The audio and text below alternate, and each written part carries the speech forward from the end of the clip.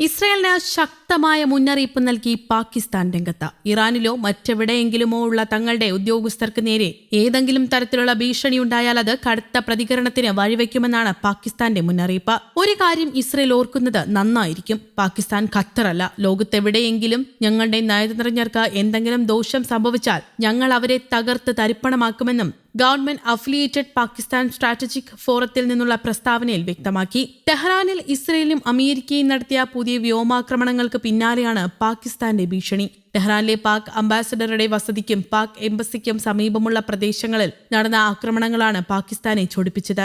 Embassy കോമ്പൗണ്ടിനോ പാകിസ്ഥാന്റെ നയതന്ത്ര ഉദ്യോഗസ്ഥർക്കോ പരിക്കേറ്റിട്ടില്ലെന്ന് പ്രാഥമിക വിവരങ്ങൾ സൂചിപ്പിക്കുന്നു. അതേസമയം സ്ഫോടനത്തെ തുടർന്ന് ഇതിന് അടുത്തുള്ള പല കെട്ടിടങ്ങളും ശക്തമായി കുലുങ്ങി. അമേരിക്കയും ഇസ്രയേലും ഇറാനും ഉൾപ്പെട്ട പശ്ചിമേഷ്യൻ യുദ്ധം 28ാം ദിവസത്തിലേക്ക് കടന്നിരിക്കുകയാണ്. വ്യാഴാഴ്ച ടെഹ്റാൻ, കാഷാൻ, ആബദാൻ എന്നിവിടങ്ങളിൽ ഒന്നിലധികം വ്യോമാക്രമണങ്ങൾ റിപ്പോർട്ട് ചെയ്തിട്ടുണ്ട്. യുഎസും ഇറാനും തമ്മിലുള്ള ചർച്ചകൾക്ക് ഇസ്ലാമാബാദ് സൗകര്യമൊരുക്കാൻ ശ്രമിക്കുന്ന വേളയിലാണ് ഈ ആക്രമണങ്ങൾ നടന്നിരിക്കുന്നത്.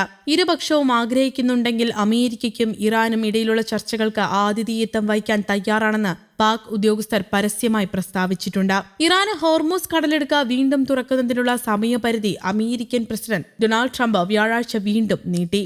പുതിയ സമയപരിധി ഏപ്രിൽ 6 അതേസമയം ഹോർമൂസ് കടലിടുക്ക് സൗഹൃദ രാജ്യങ്ങൾക്കായി തുറന്നിട്ടിരിക്കുകയാണെന്ന് ഇറാൻ അവകാശപ്പെട്ടു. ഹോർമൂസ് കടലിടുക്ക് തുറന്നില്ലെങ്കിൽ പവർ പ്ലാന്റുകൾക്ക് നേരെ ശക്തമായ ആക്രമണം നേരിടേണ്ടി വരുമെന്ന് ട്രംപ് വീണ്ടും മുന്നറിയിപ്പ് നൽകിയിട്ടുണ്ട്. ചർച്ചകൾ നടക്കുന്നുണ്ട്. വ്യാജവാർത്താ മാധ്യമങ്ങളുടെ പ്രസ്താവനകൾ വിപരീതമായ ചർച്ചകൾ നന്നായി നടക്കുന്നുവെന്നാണ് ട്രംപ് വ്യാഴാഴ്ച തന്റെ സമൂഹ മാധ്യമമായ ട്രൂത്ത് സോഷ്യലിൽ കുറിച്ചത്.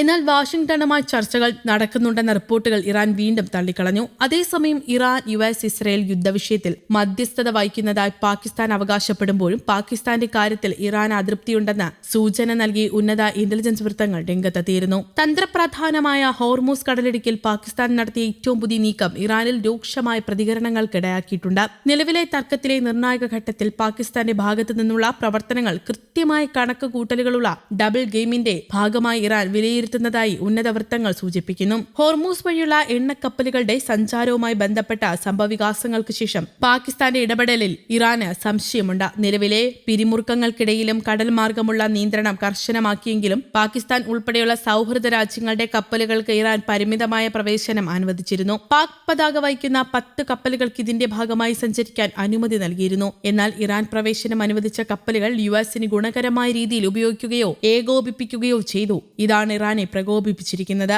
നയതന്ത്ര മാർഗങ്ങൾ തുടർന്നും നിലനിർത്താനുള്ള ഇറാന്റെ സന്നദ്ധതയെ സൂചിപ്പിക്കുന്ന പ്രവൃത്തിയായി 10 കപ്പലുകൾക്ക് ഹോർമൂസ് കടന്നുപോകാൻ അനുമതി ലഭിച്ചതായി യുഎസ് പ്രസിഡന്റ് ഡൊണാൾഡ് ട്രംപ് അവകാശപ്പെടുകയും ചെയ്തു.